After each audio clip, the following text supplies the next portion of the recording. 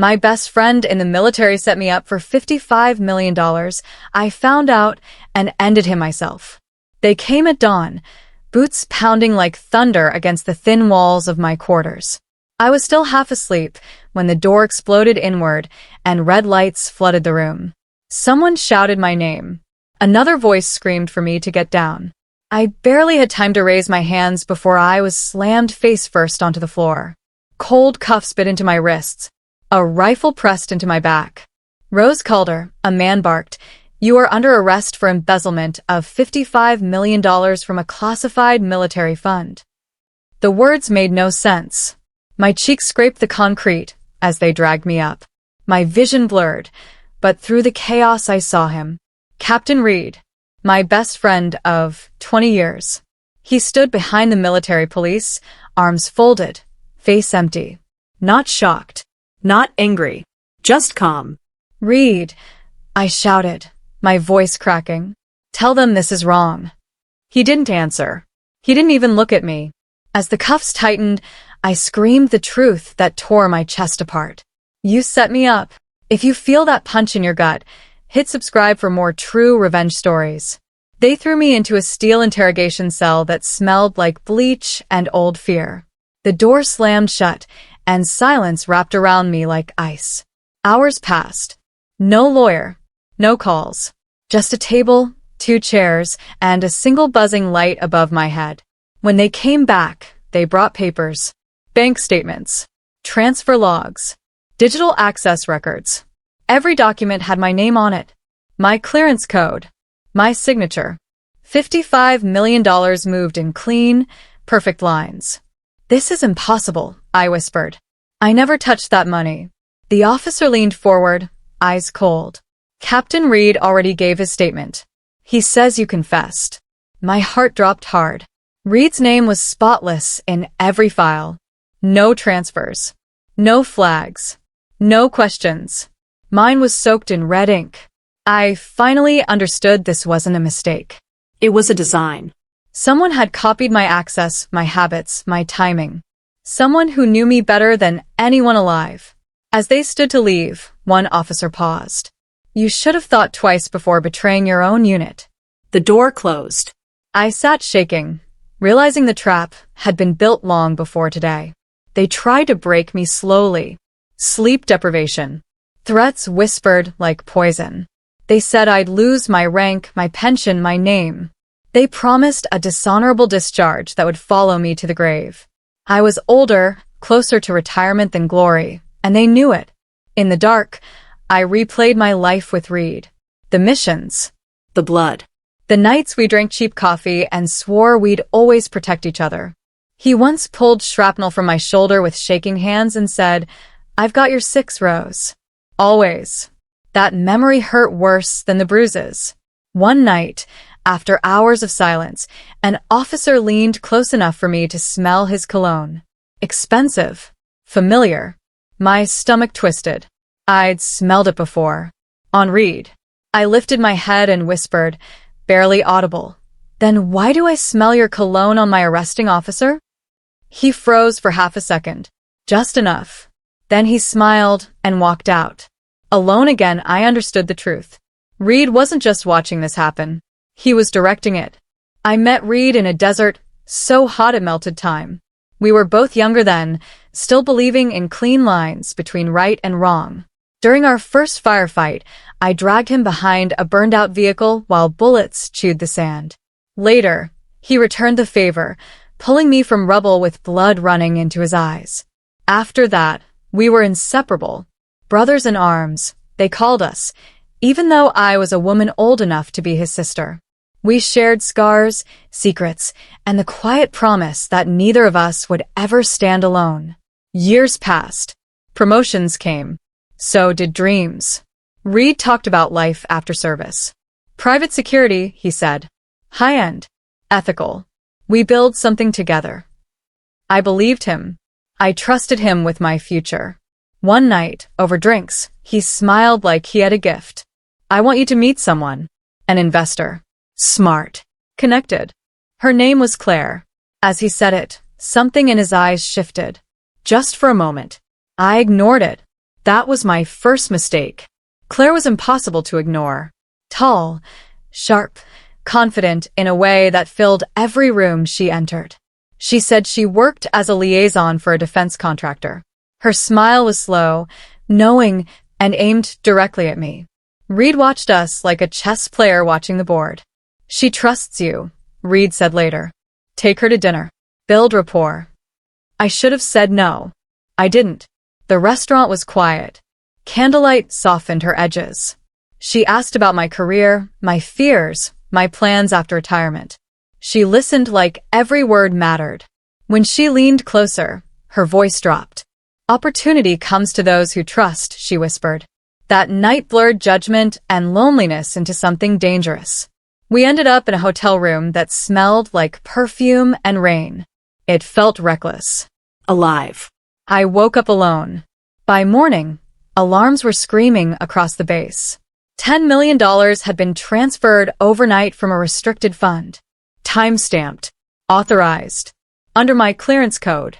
I stared at the screen, hands shaking, knowing exactly who had opened the door to hell.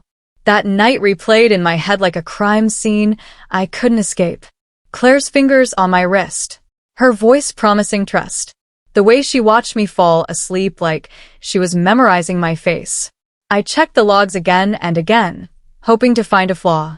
There wasn't one. The transfer was clean. Perfect. Mine.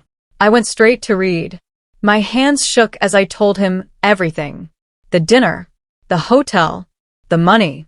I waited for anger, shock, something human. Instead, he listened quietly, eyes steady. I'll handle it, he said. Don't talk to anyone else. Relief flooded me. Reed had always fixed things. That was who he was. By afternoon, military investigators were standing at my door. Reed was suddenly unreachable. His phone went straight to voicemail. I searched for Claire. Her number was dead.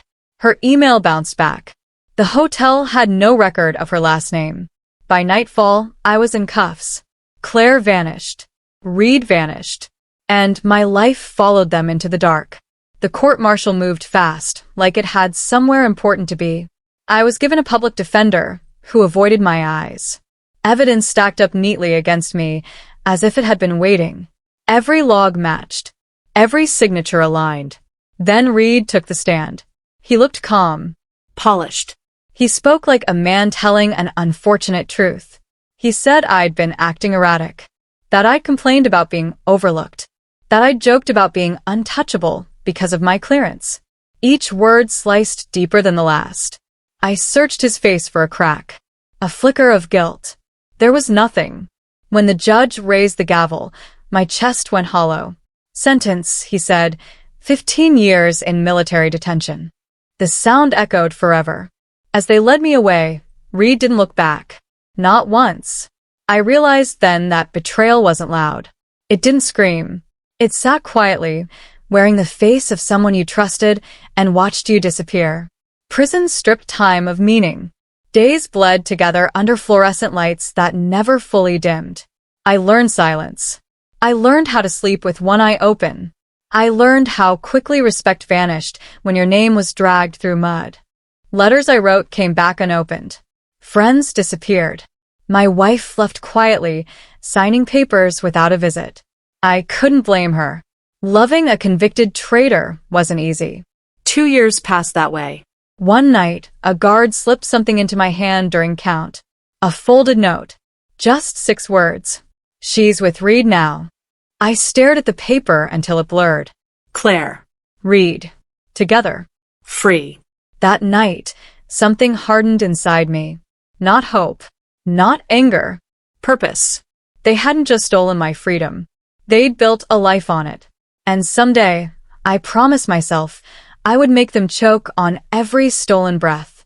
The truth came through a smuggled phone call months later. A cracked voice on the line told me Reed and Claire now ran a private defense firm. Argonne Systems. Government contracts. Headlines. $55 million in startup capital. My name had opened every door. They used my clearance, my record, my blood. I memorized everything I could. Names. Cities. Whispers of power. When the call ended, I stared at the concrete wall and whispered, "I'll burn you down with truth." Not rage. Truth. That was when the offer came. Early release. Reduced sentence. In exchange for silence. No appeals. No public claims. They thought my quiet meant surrender. I signed the papers with steady hands. Because silence isn't peace. Silence is preparation. They let me out with a cardboard box and a warning to disappear. Inside were old photos, a watch, and a folded flag that felt heavier than steel. No job waited. No family. Just a world that believed I was guilty. I rented a small room and started writing names. Every contact Reed ever trusted. Every company tied to Argonne. Every shadow Claire left behind. Then I learned the final lie. Claire wasn't Claire. Her real name was Lena Voss. Former intelligence. Blacklisted. Supposedly dead. Reed helped her come back. Helped her erase a past soaked in classified blood. They weren't just partners. They were married. I sat on the edge of the bed, breathing slow. I had lost everything. They had gained it all. And that meant the balance was wrong. Very wrong. The deal that freed me came with a smile and a knife hidden behind it. They called it mercy. Early release for good behavior and silence. No interviews. No lawsuits. No public claims. I nodded like a broken woman grateful for scraps. Inside, I was counting breaths. Once free, I didn't rush. I watched. I listened. I learned how ghosts survive. I rebuilt my memory the way soldiers rebuild muscle. Slowly. Carefully. I memorized Reed's schedule from leaked articles. I tracked Argonne systems through public filings. I learned which politicians smiled beside them and which banks moved their money. Every night, I wrote in a cheap notebook. Names. Dates. Patterns. That was when I found the first crack. Claire's past wasn't buried deep. It was erased. Sloppy erasure leaves fingerprints. Lena Voss had died once. Officially. People who die and come back always owe someone. And debts I knew well never stayed unpaid forever. Digging into Lena Voss felt like pulling a thread from a rotten uniform. The more I pulled, the faster it unraveled. She'd been an intelligence operative with a taste for risk and a record full of sealed disasters. When she vanished, files closed overnight. Too fast. Too clean. Reed reopened her world. He gave her money, access, and my name. Together, they rebuilt her from smoke. They didn't just steal from me. They used me as camouflage. Then I learned the last insult. They weren't hiding anymore. They were celebrated. Reed smiling on magazine covers. Lena beside him, polished and powerful. Argonne Systems, the future of military security. I stood in a grocery store line staring at that cover, hands shaking. I had nothing. They had everything. That was when I decided I wasn't chasing revenge. I was building it. Freedom tasted thin. I slept lightly, jumped at noise, trusted no one. But I had time now. Time sharpened into something useful. I followed Reed's movements from a distance. Expensive cars. Charity dinners. Political meetings. He spoke about honor like it was a brand he owned. Then I saw it. Argonne's next contract was based in the same city as my old detention facility. Same ground. Same ghosts. He was walking over my grave and calling it progress. I smiled for the first time in years. I wasn't ready to strike. Not yet. But the board was finally clear. Reed had built his empire where I'd been buried. And empires collapse best from inside. The defense gala was loud with laughter and lies. I blended in easily. Gray hair pinned back. Simple dress. Invisible. No one looks twice at an older woman who carries herself calmly. Then I saw them. Reed stood tall, confident. Lena at his side, glowing. They looked untouchable. My chest tightened, but I didn't move. I watched. Then Lena turned. Her eyes locked on mine. Recognition flashed, sharp and fast. The smile she gave me was small. Deadly. I knew then she'd never been fooled by my silence. She slipped away from the crowd and found me in a quiet hallway. I told Reed we should have killed you, she said softly. She leaned in, kissed my cheek, and whispered, "You're not ready to fight us." She walked away. I stood shaking, heart pounding. If you need to know how this ends, subscribe now for more true revenge stories. I was ready to fight the moment she kissed me. Fear burned away, replaced by clarity. Lena wasn't warning me. She was measuring me. That night, I reached out to the only person who ever owed me her life. Maya. Former military coder. Quiet. Brilliant. I'd pulled her from wreckage years ago and never asked for anything in return. She listened without interrupting. Then she nodded. "We dig," she said. Together, we moved fast. Argon's systems were strong but arrogant. Hidden inside the layers, we found it. A secret offshore account. Reed's name. And mine. They'd never stopped using me. Maya's fingers flew over the keys. "This is just the surface," she said. I believed her. For the first time since my arrest, I wasn't alone. And Reed had no idea the woman he buried was standing right behind him, sharpening the truth. Lena cornered me 2 days later in a parking garage near the gala venue. The space echoed with engines and secrets. She leaned against a black car that probably cost more than my first house. Her smile was calm, almost kind. "You should walk away, Rose," she said. "Reed doesn't forgive loose ends." I studied her face. Older now. Harder. "You didn't forgive yours either," I said. Her eyes narrowed. "I told Reed we should have killed you." I believed her. She stepped closer, voice low. "You think this is about money? About pride? This is survival." Then she surprised me. She kissed me, quick and sharp, like a brand. "You're not ready," she whispered. She walked away, without looking back. My legs shook, but I didn't fall. Fear had changed shape.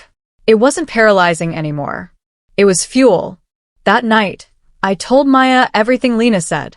Maya's answer was simple. Then we moved faster. Maya worked like a ghost. No lights. No wasted motion. She showed me files Argon never meant anyone to see. Shell companies. Slush funds. My name tied to everything like a curse that wouldn't lift. Then we found proof Reed couldn't erase. A mirrored account trail. Funds looping back to him after passing through me. Clean on the surface. Rotten underneath. "This buries him," Maya said quietly. I nodded, but my chest felt tight. Reed wasn't reacting yet. That meant he knew something was wrong.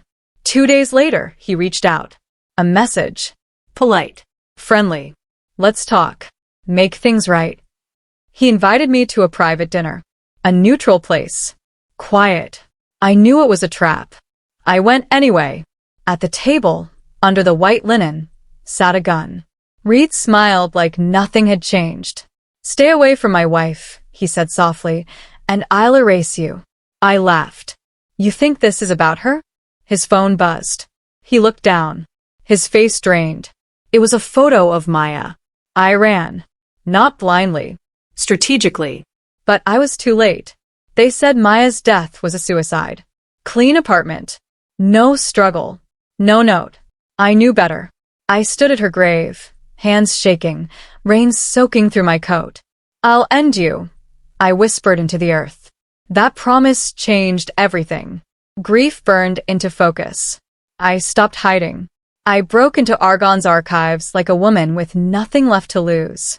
Contracts spilled open. Bribes. Political favors. My name listed as founder.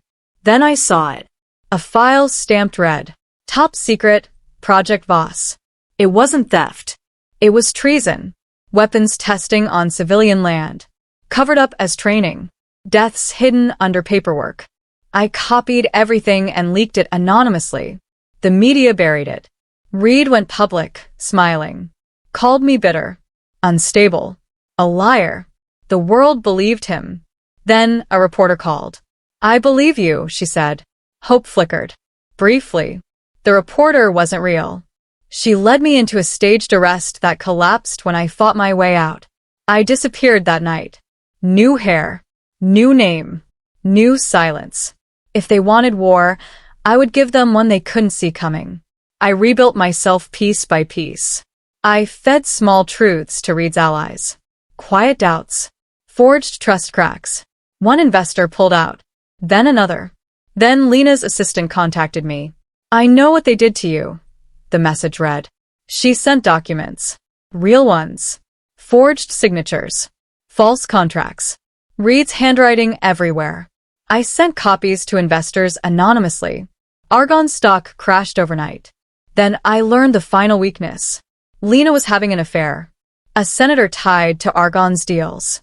I sent Reed photos. No name. Just one line. From a friend. Security footage leaked days later. Reed attacking Lena during a board meeting. Public scandal exploded. Then Lena vanished. And Reed finally panicked. The letter arrived 2 nights later. Lena's handwriting. Shaky. Meet me where it all began.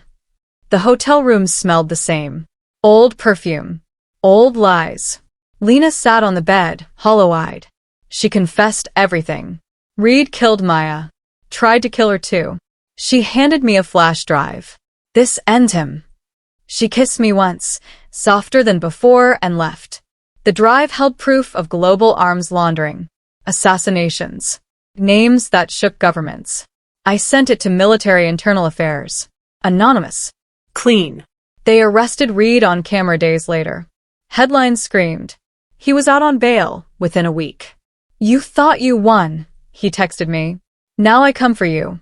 I smiled at the phone. Because this time, the trap wasn't his. After Reed's arrest, the world held its breath, then moved on. Bail bought him time, and time made him reckless. I stayed invisible, watching from borrowed rooms and cracked screens. I followed money trails now bleeding instead of flowing. Investors panicked. Politicians avoided calls. Late one night, I broke into an Argonne storage unit tied to old contracts. Dust coated everything like guilt. Inside locked cabinets, I found archived drives Reed never meant to revisit. I copied them fast. One folder made my hands tremble. Original founding papers. My name listed as primary architect. Reed's signature added later, forged but confident. I wasn't just framed. I'd been erased. Then I found correspondence tied to Project Voss. Payments to foreign brokers. Silenced officers. Training accidents that weren't accidents at all. I left before dawn, heart pounding. This wasn't revenge anymore. This was exposure. And Reed had no idea how much truth I was holding. Project Voss was worse than I feared. Civilian land marked as training zones. Weapons tested under false permits. Casualties buried under paperwork. Reed didn't just steal money. He sold lives. I leaked pieces carefully. Too much truth at once gets buried. Small stories spread. One family spoke up. Then another. Patterns formed. Reed went on television again, calm and angry. He called me unstable. Dangerous. A bitter traitor chasing ghosts. The world nodded. Then my secure line rang. A voice said, I know you're telling the truth. This time, I verified everything. The reporter was real. She had scars of her own. I need proof, she said. I smiled. I have enough to end him. But I knew Reed would strike back. He always did. The meeting almost killed me. Reed's people staged another arrest, hoping I'd panic. I didn't. I slipped away into alleys and trains and borrowed names. I vanished completely. Underground, I rebuilt my identity.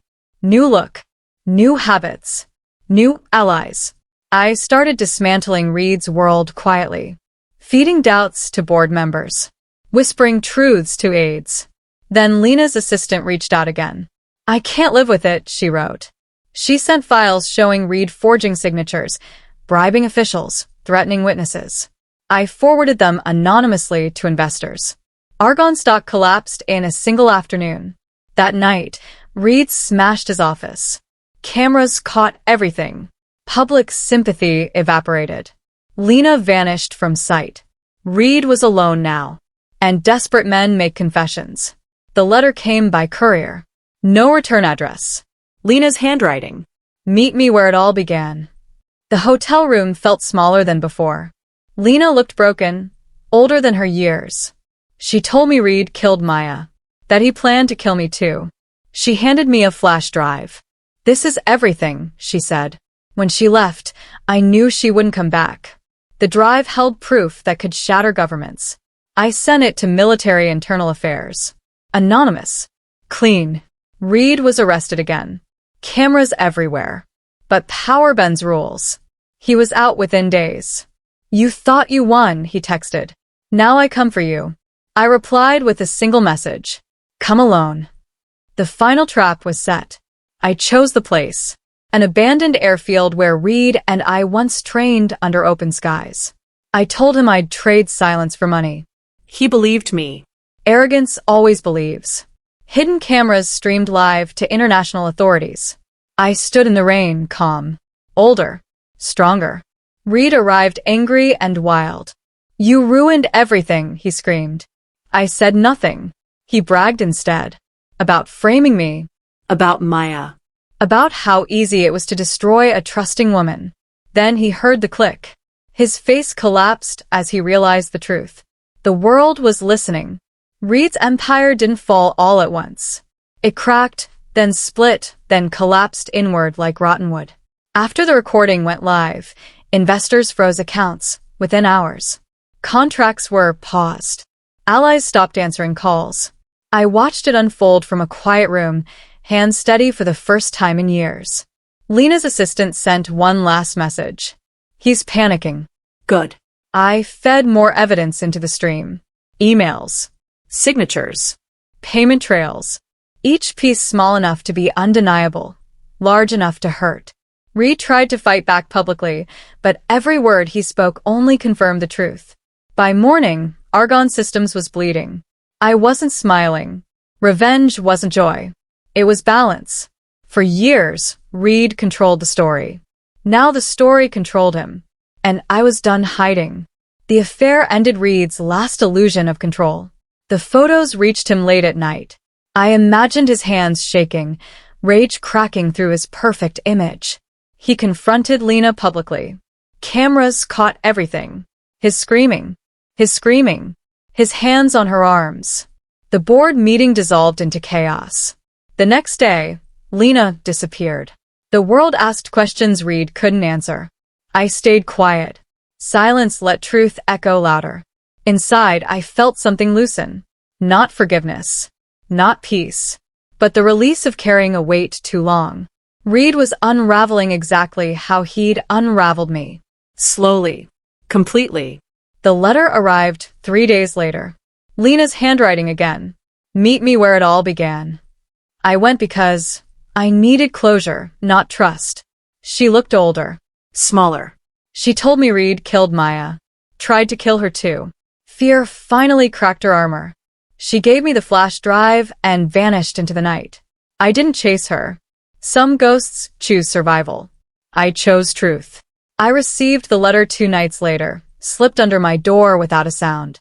I knew the handwriting before I opened it. "Lena, meet me where it all began," she wrote. Nothing more. The hotel still smelled like old perfume and bad choices. I stood inside the room, heart steady.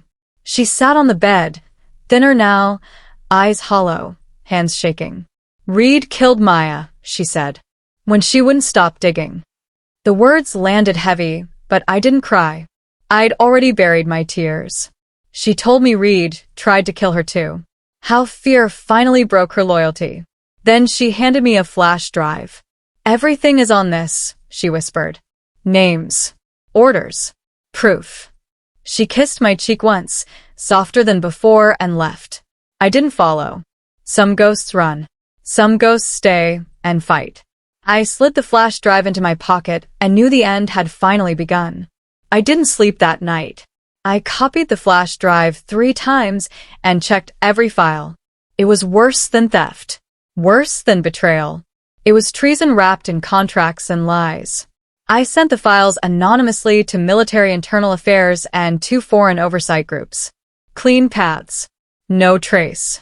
By morning, Reed was on every screen. Cameras flashed as he was arrested outside his glass office. For the first time, he didn't smile. The world exploded with headlines. Argonne Systems frozen. Contracts suspended. Allies silent. But power bends rules. 3 days later, Reed was out on bail. "You thought you won," he texted me. "Now I come for you."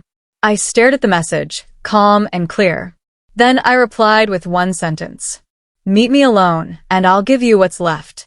Arrogance answered before fear could. He agreed. I chose the place carefully. An abandoned airfield where Reed and I once trained together. Flat ground. Open sky. No cover for lies. Rain fell steady as I arrived. I wore no weapon. I didn't need one. Hidden cameras streamed everything live to international authorities. Reed didn't know that yet. He showed up angry, pacing, shouting about ruined deals and lost power. "You destroyed my life," he screamed. I said nothing. Silence made men talk. He bragged instead. About framing me. About using my clearance. He laughed about Maya. About how easy it was to break me. Then he heard the sound. A soft click. His face changed when he realized the truth. He wasn't alone. The world was listening, and Reed was finally meeting himself.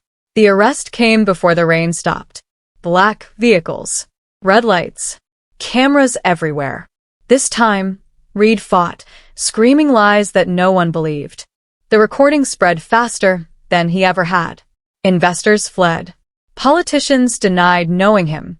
Argonne collapsed in 48 hours. Lena resurfaced days later, trading testimony for immunity. I watched from a distance as she spoke calmly about crimes and cover-ups. She never looked for me. My name was cleared quietly. Rank restored. Honors returned. They offered a ceremony. I said no. Medals didn't give me back lost years or buried friends. They didn't bring Maya home. What mattered was truth. It stood on its own now, without me holding it up. For the first time in years, I felt something loosen in my chest. Not joy. Release. Reed sent one last message from custody. "Meet me. One final time." I waited a day before answering. "Yes," I wrote.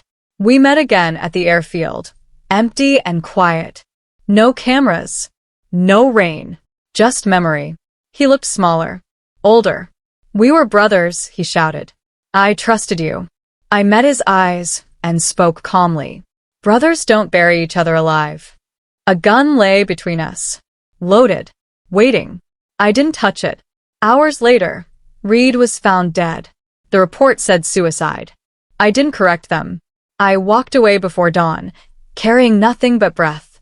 The war was over. What came next wasn't revenge. It was the right to live again.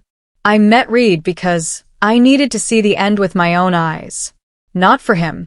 For me. The airfield was quiet again, stripped of noise and power. Reed stood across from me, shaking now, the anger gone. His voice cracked when he spoke. "I did everything for us," he said. "You were getting old. You were in the way." The words didn't hurt anymore. They sounded small. "You didn't destroy me," I replied. "You exposed yourself." He cried then. Loud. Desperate. He begged me to say something kind. I didn't.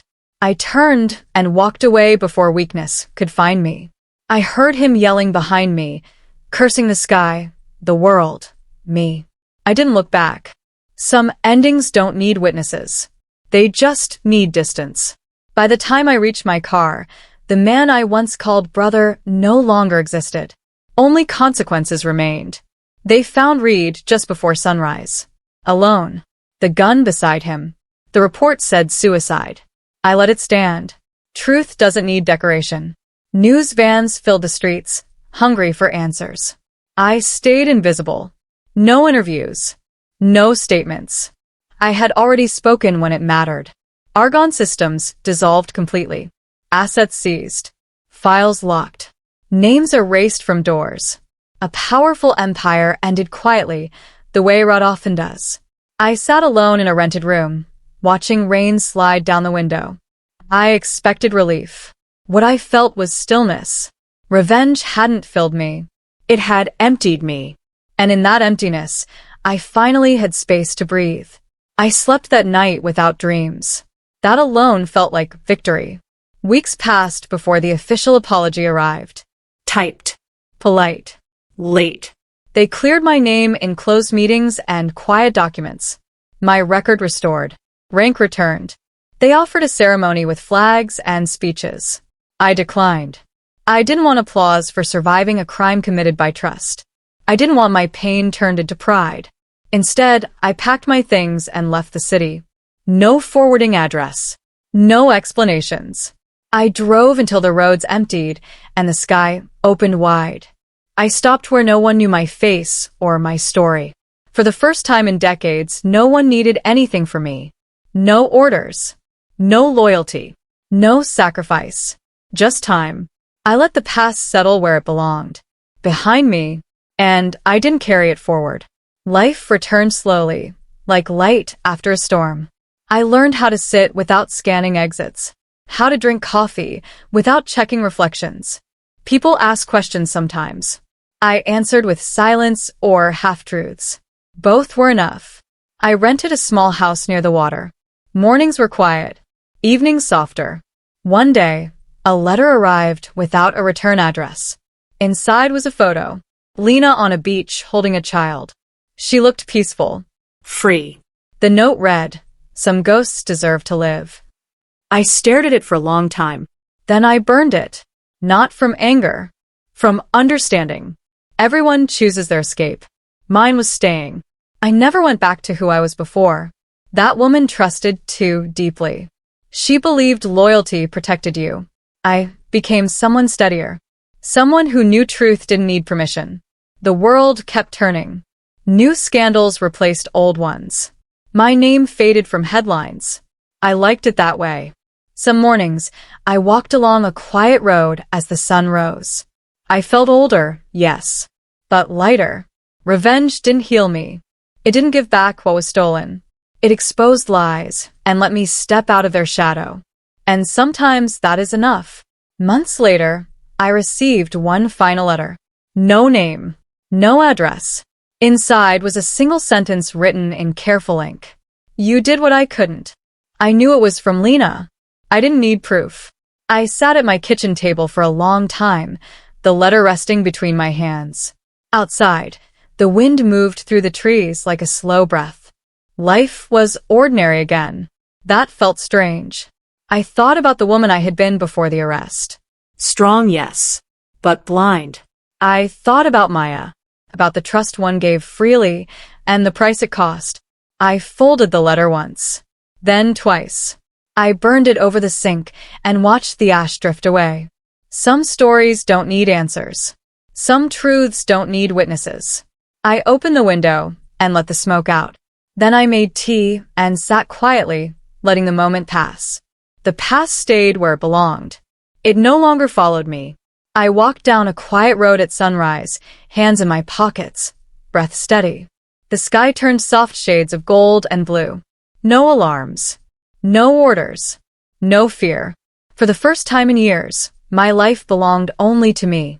I had chased revenge believing it would heal me. It didn't. What it did was strip away lies. It exposed the truth and left me standing in it, alone but honest. I didn't kill my best friend. I didn't need to. I let him meet himself.